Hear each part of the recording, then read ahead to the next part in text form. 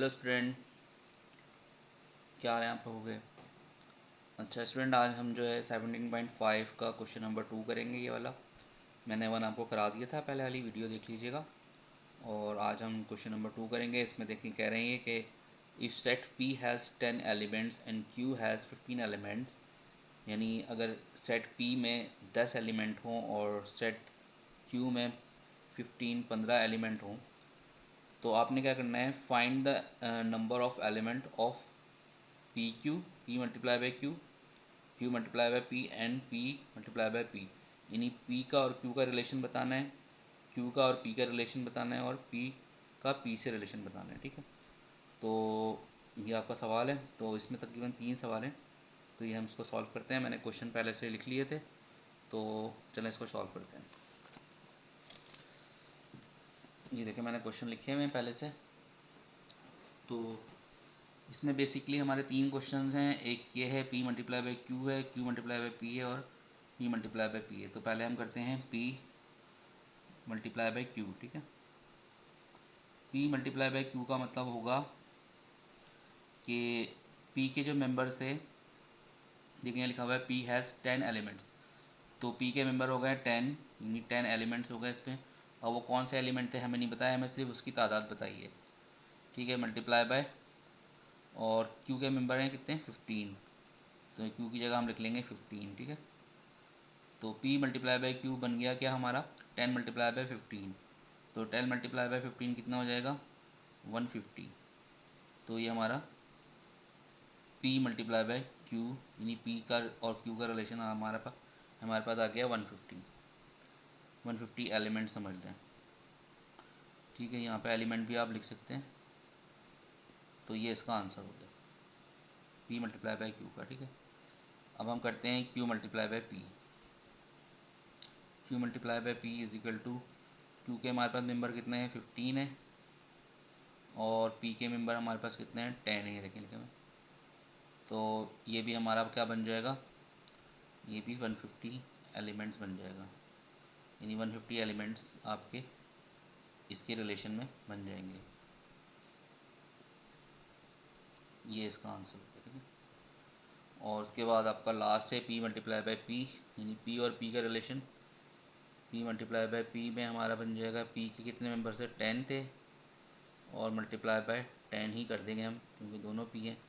और यहाँ आ जाएगा 10 को 10 से मल्टीप्लाई करा तो 100 एलिमेंट्स, ये आपके 100 एलिमेंट्स बन जाएंगे पी मल्टीप्लाई बाय पी। ठीक है, ये इसका आंसर हो गया, ये इसका हो गया। तो ये पहला सवाल हमारा हो गया। इसमें सिर्फ उन्होंने मेंबर्स दिए हुए थे, मेंबर्स की तादाद दी हुई थी, लेकिन मेंबर्स कौन से थे वो हमें नहीं बताया था उन्होंने। तो हमने भी उनकी तादाद को मल्टीप्लाई करके इसका आंसर निकाल लिया। ठीक है, अब आ जाए हम दूसरे सवाल की तरफ। दूसरा सवाल है, दिखा देता हूँ किताब में आपको, जैसे मैंने लिख लिया था, लेकिन आप बुक में देख लीजिए एक दफ़ा। ये है, ठीक है, इफ़ सेट, सॉरी तीसरा सवाल करेंगे ना। तो क्वेश्चन नंबर 3 देखें, ये है। इसमें आपको ए के एलिमेंट दिए हुए हैं 1 और 2, बी के एलिमेंट दिए हुए हैं 2 और 3, और सी के एलिमेंट दिए हैं 1, 3 एंड 5। अब फाइंड आपको करना है, इसमें 5 हमारे पार्ट हैं।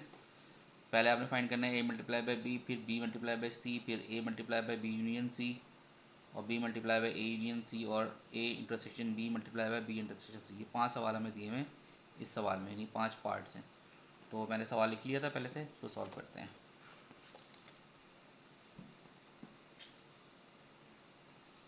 अच्छा जी,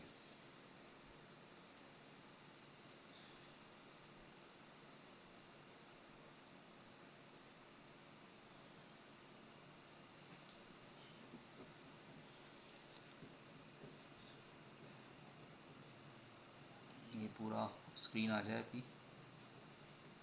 ठीक है, अच्छा पहले हम मालूम करते हैं ए मल्टीप्लाई बाई बी। ठीक है, ए के मेंबर हमारे पास 1, 2 हैं, और बी के मेंबर हमारे पास हैं 2, 3। ये कुछ नहीं है, ठीक है, इसको कुछ नहीं है। तो सॉल्व करते हैं हम इसको, मैंने सवाल लिखा हुआ है, सॉल्व करते हैं। तो A multiply by B is equal to, A में आपके ए मेंबर लिख लें, ए के मेंबर हैं 1 और 2, मल्टीप्लाई का निशान लगा लें, बी के मेंबर हैं हमारे पास 2 और 3। ठीक है, अब इन दोनों को हमें मल्टीप्लाई करना है, इनका रिलेशन बनाना है, कितने रिलेशन बनते हैं। तो इसका तरीका ये होता है कि जो पहला मेंबर होगा उसको पहले दोनों से मल्टीप्लाई कर लें, और फिर दूसरा मेंबर होगा उसको दोनों से मल्टीप्लाई कर लें। लेकिन मल्टीप्लाई करना नहीं है, सिर्फ लिखना है। यानी इसका मैं पहला सेट बनाता हूँ, पहला रिलेशन 1 × 2 कितना बनेगा, यानी 1 और 2 लिख देंगे बस, ठीक है। फिर 1 और 3 लिख देंगे, ठीक है, 1 और 3। फिर 2 और 2 लिख देंगे, 2 और 2 कॉमा लगा के बीच में, और फिर 2 और 3 लिख देंगे, ठीक है। और ये फिर आपने ब्रैकेट क्लोज कर देना है। ये इसके रिलेशन बन गए, इसका आंसर आ गया, ठीक है। फिर हमारा दूसरा सवाल है b × c। तो उसको सॉल्व करते हैं। चलो मैं यहाँ कर लेता हूँ, नीचे जगह है, यहाँ कर लेता हूँ इस सवाल को, ठीक है। ये वाला हो गया हमारा सवाल। दूसरा सवाल है b × c। तो b × c लिखा हमने, सॉल्व लिख दें पहले। सॉल्व ये 2 है, ठीक है,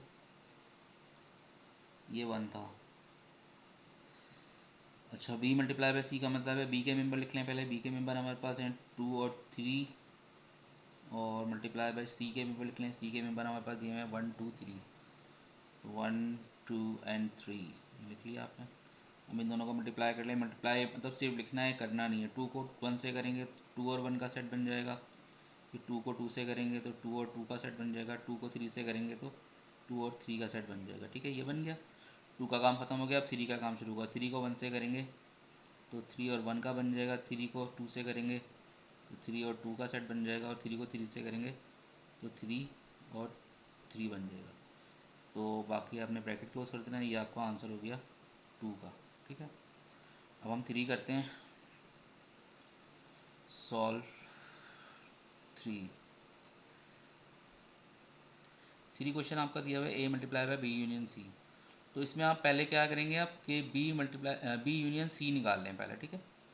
तो यहाँ लिख देता हूँ मैं, फर्स्ट वी सॉल्व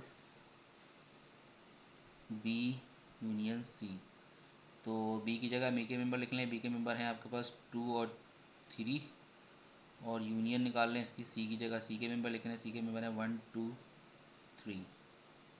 अब इन दोनों की हमें यूनियन निकाली। यूनियन का मतलब होता है तरतीब देना, यानी कि पहले छोटा उससे बड़ा फिर उससे बड़ा। तो ये बन जाएगा 1 2 एंड 3, 1 2 और 3, ये इसकी यूनियन आ गई, ठीक है। फिर हम निकालेंगे देन वी फाइंड। अब हम पूरा सवाल लिख लेते हैं दोबारा, ये वाला a × b union c is equal to, A की जगह a के मेंबर लिख लें। a के मेंबर हैं 1 और 2, मल्टीप्लाई लगा दें, और b यूनियन c आपका यहाँ से देख लीजिएगा, ये b यूनियन c निकाल लिया था हमने 1 2 और 3, ठीक है। अब इन दोनों का रिलेशन निकाल लें जैसे कि हमने ये निकाला था।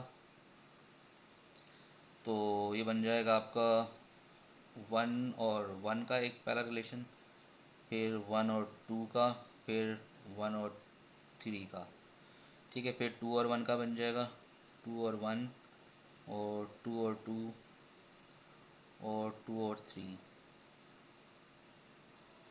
और ये ब्रैकेट क्लोज। ये आपका आंसर हो गया तीसरे का, ठीक है। बाकी अब हम चौथा सवाल करते हैं, 4। तो यहाँ लिख लेते हैं सॉल्व 4, ठीक है।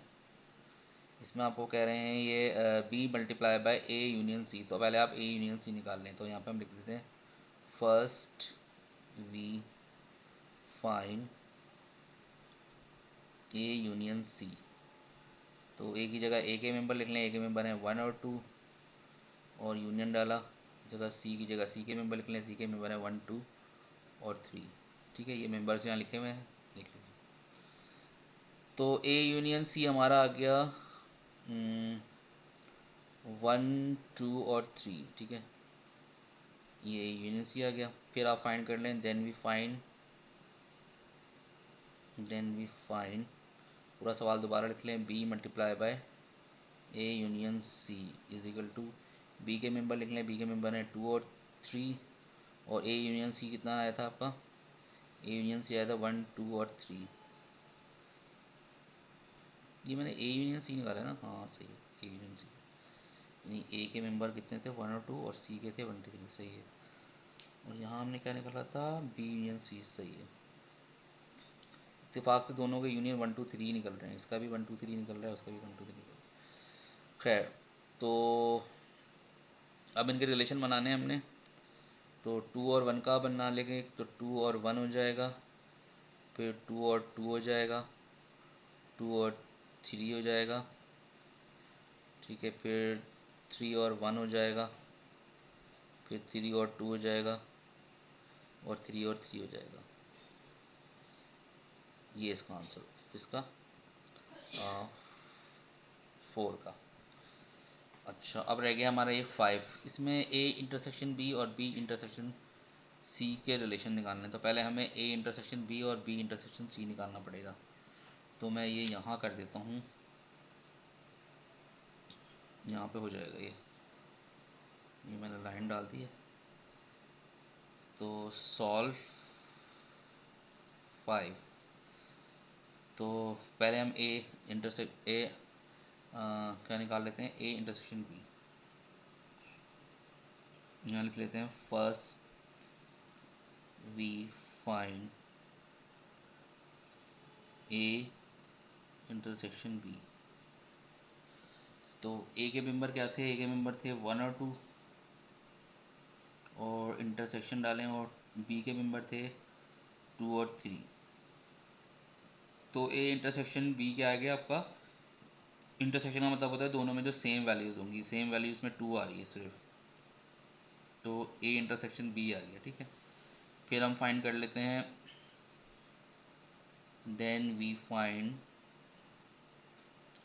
ये B intersection C, B intersection C. तो बी इंटरसेक्शन सी बराबर हो जाएगा किसके, बी के मेंबर लिख लें पहले। बी के मेंबर थे आपके 2 और 3। फिर इंटरसेक्शन सी के मेंबर लिख लें, सी के मेंबर थे 1 2 और 3। तो इन दोनों का इंटरसेक्शन निकाला, तो इन दोनों का इंटरसेक्शन भी 2 और 3 आ जाएगा। दोनों देखें, 2 और 3, 2 इसमें भी है, इसमें भी है, 3 इसमें भी, इसमें दोनों के जो सेम वैल्यू होंगे वो ले लेंगे। अब हम लास्टली जो है पूरा सवाल लिखते हैं दोबारा, यहाँ लिख देते हैं, नाउ वी फाइंड क्या है, ए यूनियन, नहीं सॉरी, ए इंटरसेक्शन बी और multiply by B intersection C. अब मल्टीप्लाई का मतलब हमें रिलेशन मालूम करना है, ठीक है। तो अब इन दोनों के रिलेशन देखें क्या बन रहे हैं। ए इंटरसेक्शन बी हमने निकाला था 2 था, तो यहाँ पे आपको 2 लिख देना है, मल्टीप्लाई, और बी इंटरसेक्शन सी क्या था हमारा, 2 और 3 निकला था, ये देखें ये निकला हुआ, ठीक है। अब इन दोनों का रिलेशन निकालें, नहीं इन दोनों का मल्टीप्लाई कर लें, तो 2 और 2 का एक रिलेशन बन जाएगा, और 2 और 3 का दूसरा रिलेशन बन जाएगा। ये देखिए, इसको हमने बटर ब्रैकेट में लिख देना है, ये इसका आंसर आ गया। तो ये पांचों पार्ट्स आपके हो गए, ठीक है। और ये पहला सवाल था, यानी कि दूसरा सवाल था, ये तीसरा सवाल। और पहला सवाल मैं अपनी पहले वीडियो में करा दिया था मैंने, तो आप लोग उसको भी देख लीजिएगा, और बाकी जिसको शेयर करना हो शेयर कर दीजिएगा।